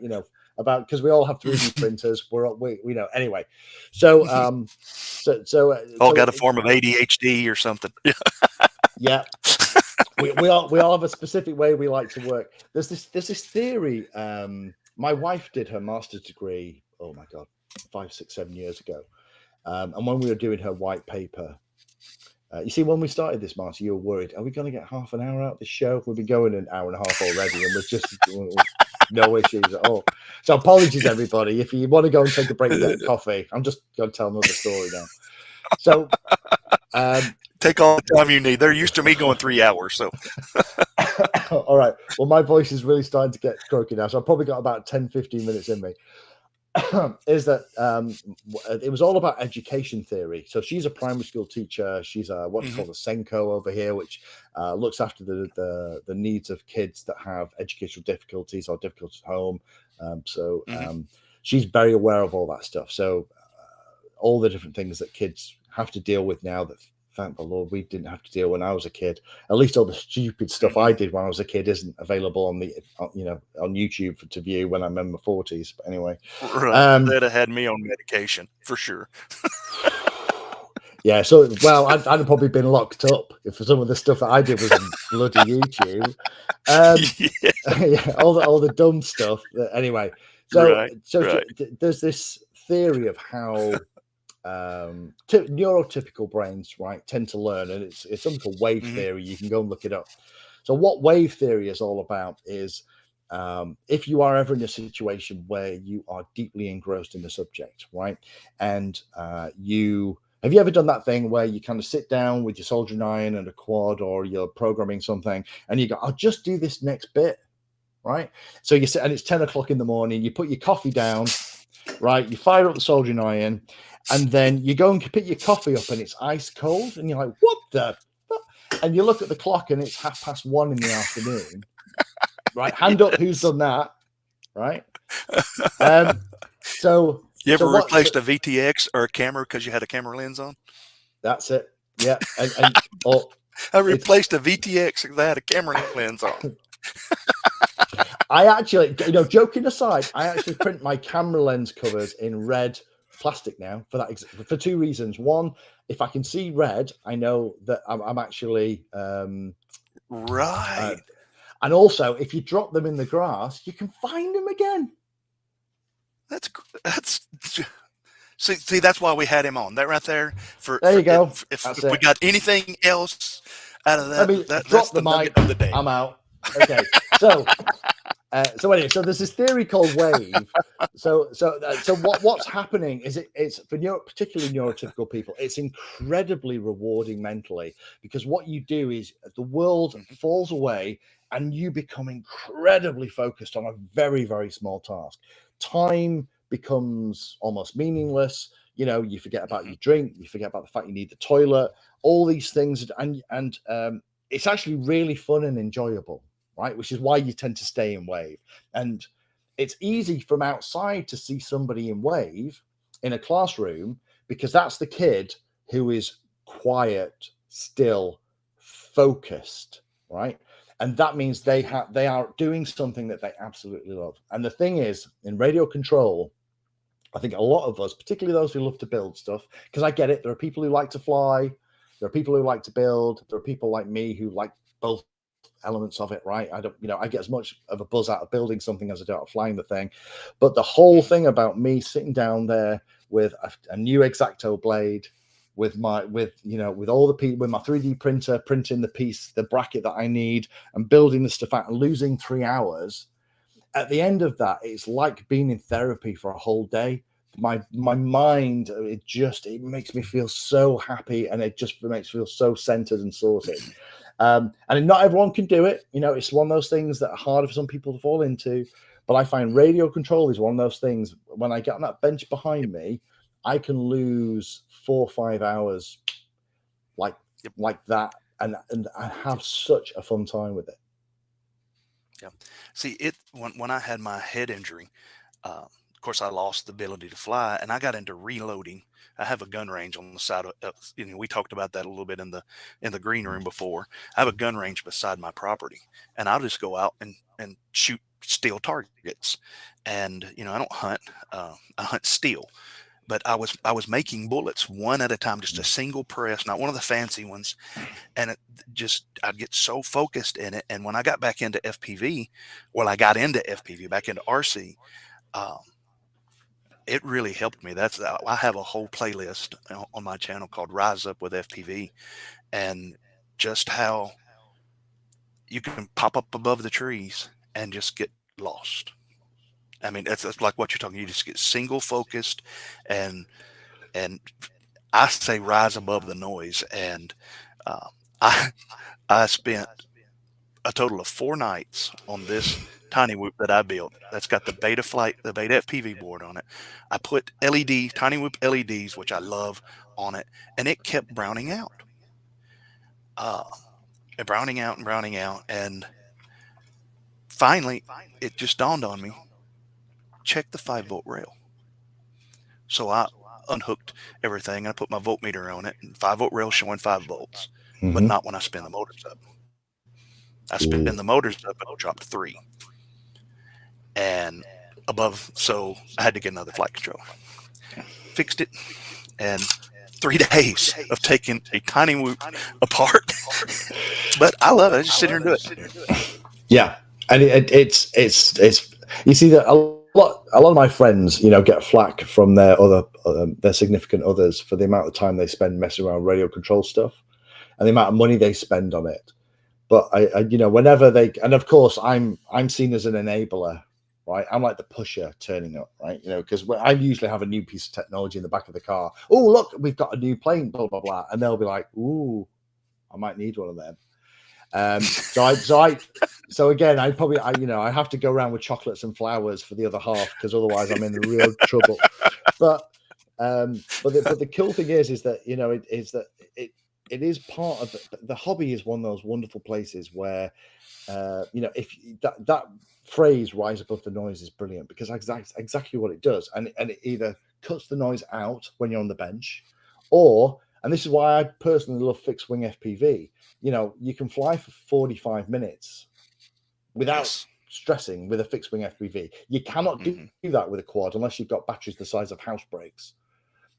With a wing, you know, you can kind of, or you can do some weird stuff, and it gets the first part of every flight. I tend to find that I'm looking at the OSD, I'm kind of clocking that everything's working as expected. GPS is locked, distance, direction to home arrow is tracking, altitude is running properly, my milliamp hour consumed counter is okay, that the current draw is fine, that there's no weird noises. You know, you have all that stuff, and then once you're over that hump, and you're like, okay, we're up, then it is like that whole thing. It is literally like, you know, the choir starts and swells in the background, and then I'm just like, yep, I am now in my happy place. This is good. Right. Cue orchestra music now. Absolutely. You know, it's like, yeah, Hans Zimmerman, go for it, right? Right. And actually, you know, for some people, cue Tupac for some people, you know. yeah, or whoever, you know, NWA, whatever you want, right? But the NWA. But the thing is that the amount of money that these people, my friends, end up spending on radio control that gives them that level of pleasure, enjoyment, and fulfillment is probably more smiles per pound than a lot of other things that you can do. They're not running horses, they're not collecting cars or classic motorcycles, they're not doing a million other things that would cost a fortune. What they're doing is they're going to chasing other women, things like that. Yeah, investing in stocks and shit, whatever it is, right? What they do is they buy a radio for a couple of $100, they buy a set of goggles for $400 or $500, and they will last them for probably 4 or 5 years. And they get a handful of models and a load of batteries and a charger, and it will make them happy. And I love that about the hobby. And I love the fact that you can meet so many other people whose brains work the same. Because it's almost like you're part of a club. Because you're right, I think we are all slightly special. I mean, people generally are anyway, right? But I think we're a special type of special in radio control. I think you know, you have to be interested in aviation, you have to be interested in electronics, you have to be a little bit interested in computers, you have to be interested in learning, not afraid of confronting and problem solving. All those people that have all those parts of the brain, when you bump into radio control like me, you kind of go, woo, I found something I'm probably going to love for decades, where all the other hobbies, golf, God knows what else I've done in the past, have all been phases. You know, here I am 2 decades on, and I'm more excited about radio control stuff now than I was when we started out and I was doing stuff with radio control helicopters. Yeah. I tell my wife it's called that I have a case of the can't help it's. You know, I've got like 30 quads, and I don't know if you can see, but literally I've got like 10 micros airplanes hanging from my roof. I can't fly all of them in one day, but when I watch a good video and I see something, I can't help it. I gotta have it. So the thing is, Marley, you know, not all those Go ahead. quads I do the same thing to the same level, right? Some of them are better with flippy floppy, some of them better endurance, some of them better with FPV, some of them more stable, some more highly tuned, right? So depending on the mood you've got and the weather you've got outside and how long you've got to fly, depends on the one that you grab and the pack that you charge, right? So it's although it might look, I feel like I'm enabling you now. Your wife is going to hate my guts, but it definitely it's not like, you know, it's not like you have 8 identical things in, like one's a cherry red, one's an apple green, one's like a wasp yellow. It's not like you've got different colors. They're all different. And this is why, you know, when I when I talk about the stuff that I really love, I do my kit pits video. The wings and the planes are really, although they kind of all do more or less, you know, guess what? They fly and they've got a camera on the top and they've got iNav inside. They're all good at different stuff, and it depends, as we talked about before, it depends on the mood I'm in. You know, am I in one of those kind of zen, let's have a 40-minute fly in, you know, and the world can bugger off. I'm just going to chase a seagull up and down this field until the seagull gets bored and leaves. Or am I going to rip it through the trees, you know, with that, AC/DC soundtrack blasting in my head, subconscious. It just depends the mood you're in. I think you can't, because the other thing as well is that despite what everyone will tell you, there's no one perfect model. There's no one perfect quad, right? There's a perfect quad for that particular type of flying on that day. But you know, if you take that out of context and then try and do 40 minutes endurance flying with it, you know what? It doesn't do that. So it's horses and horses. It's lovely that you appreciate that. Yeah, I meet up with a lot of new people, and I'm sure you do this too. It's not uncommon at all. I'll bring 5 or 6 quads and 2 or 3 radios, because when people show up, if they want to fly, I'll let them fly. And they're like, well, what if I crash it? I was like, I wouldn't let you fly it if you couldn't crash it. Never fly anything that you can't crash. And that's what I'll give it away. I wanted to read this from AA real quick. It says, Lee, thank you very much for coming on PhatPastor's channel today to connect with us. I have learned more today about you during this visit. Hopefully someday we will meet, buddy. So that's AA is a big help in the multi-GP. He goes to IO and does all of that, and wanted to get that's a very sweet sentiment. I hope so. I meet so many nice people you bump into, and it's like we should have a secret handshake or something. And usually, you know, you can spot another radio control guy at a show, you know, a million miles away. We've all got that, you know, 1,000-yard stare. You know, the impression of the goggles on our faces. You know, and the lanyard strap around our neck, and you know, usually at least 1 or 2 scars from whatever prop or piece of carbon that you thought wasn't sharp, that you went to pick it up and stuck it in between the skin of your fingers. We've all got that stuff. But no, it's been really nice. Just hanging out and having a chat, Marty. Thank you very much for inviting me on. It's been a lot of fun having a chat. Yes, and any time. This has been a great stream, and you've stayed longer than I even requested, and I thank you so much for it. If anybody's got any last pressing questions, get them in real quick, and quick fire. A quick fire, and I'm going to send you out also with some stickers. I'm going to send you one of my PhatPastor t-shirts. Stick on real quick after I close the thing in the green room, and I'll get some information from you, like your address and things like that. I think you have mine in Patreon and all of that. So any last questions, guys? No longer painless. Is that a good thing or a bad thing? Because no longer painless means it hurts, right? Hopefully I haven't completely bored your socks off in the chat over the last hour and 48 minutes. Oh no, I think they've enjoyed it. It's Ian Gross says, I guess I'm crazy. Go ahead. I just say it's just nice to hang out and just talk about the hobby, because it's just such a lovely community that we have here. It is, and it transcends nations and all of that. And I also tell people that not just in this hobby, but in the world, in our country, the things that unite us are greater than the things that divide us.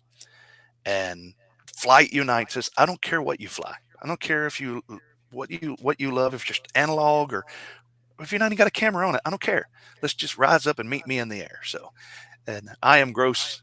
He's a regular on here. He said, so I guess I'm crazy because I have 3 or 4 each identical quad builds, so that when I crash, I could take the other one and I don't have to worry much about muscle memory.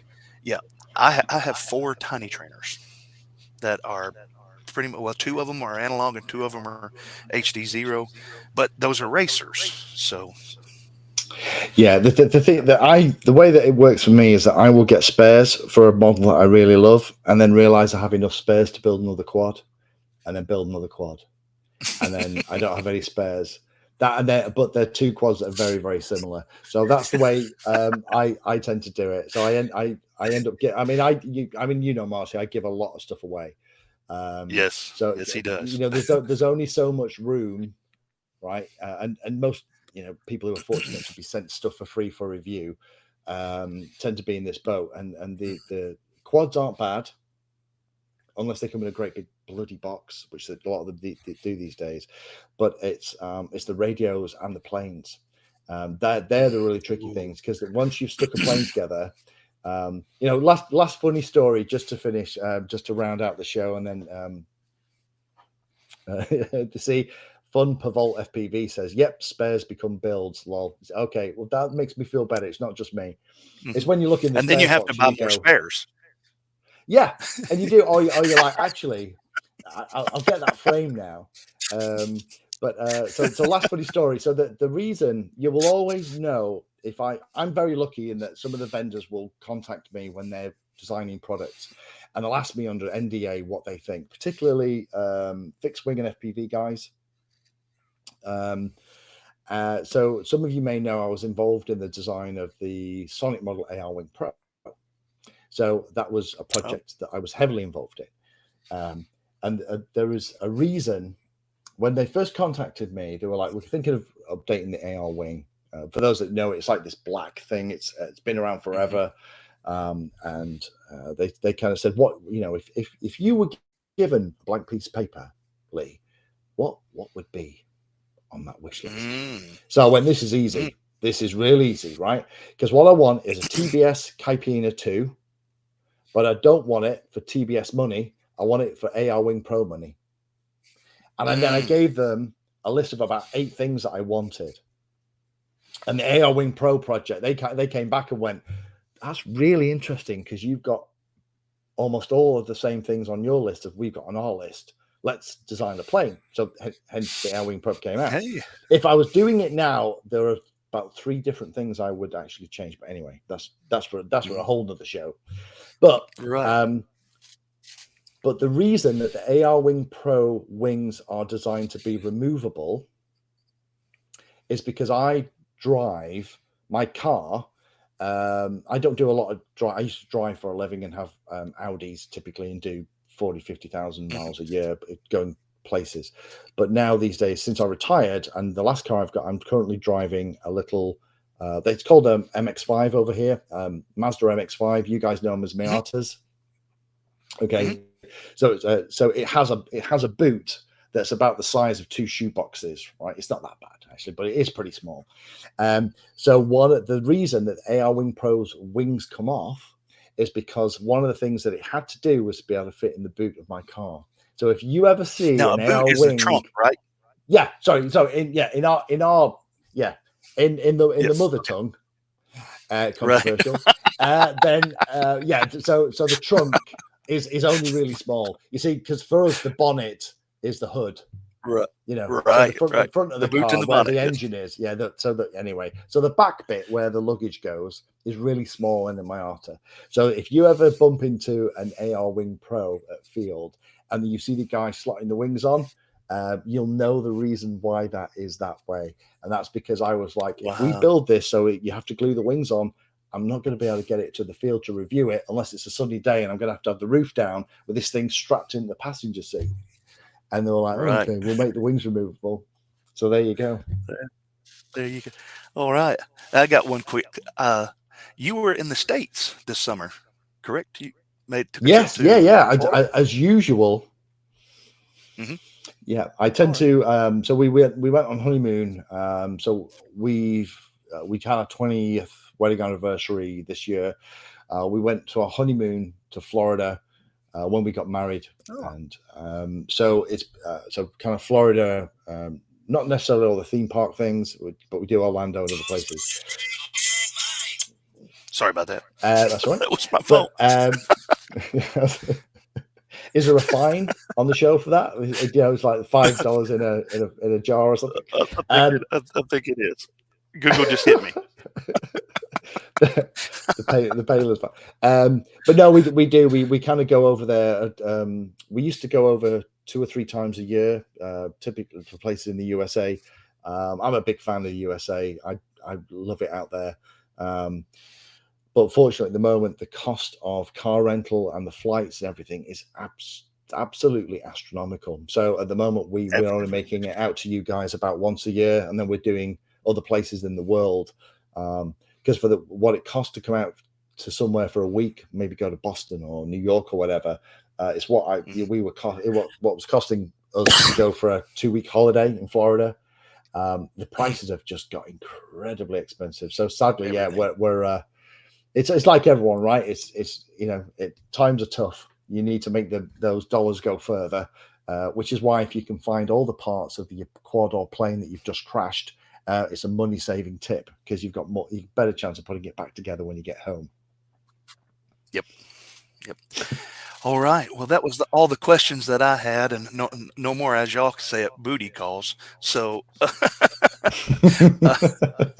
didn't have. I'm a pastor. People call me all times of the day.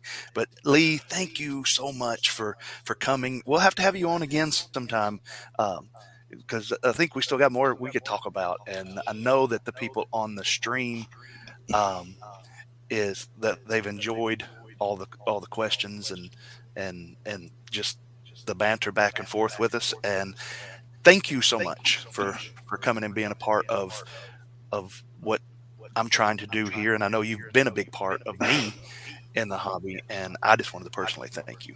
And I'm going to give you the last words, and then we're going to close this stream out. And hang on, don't log off yet, and because I want to get some information from you.